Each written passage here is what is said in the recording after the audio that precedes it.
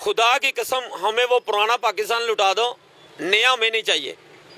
हमारे बच्चे भूखे मर गए हैं, हमारे पास किराया नहीं है, कोई चीज़ सस्ती नहीं है। कौन सी चीज़ सस्ती है मुझे बताएं।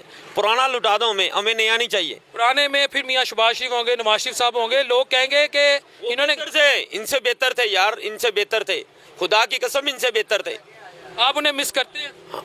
हम नहीं मिस करते, हम उसे लाइक करते हैं। I love you Nawaz Sharif, I love you Shahbaz Sharif, जिंदाबाद। शेख रशीद साहब को भी आई लव यू कहते हैं? नहीं, उनको नहीं कहेंगे हम। कहते फवाद चौधरी साहब को कहते? नहीं, कुछ नहीं कहेंगे। आई लव यू नहीं, कुछ नहीं, आई लव यू नहीं कहेंगे। नहीं, हम नहीं कहेंगे, हम नहीं कहेंगे।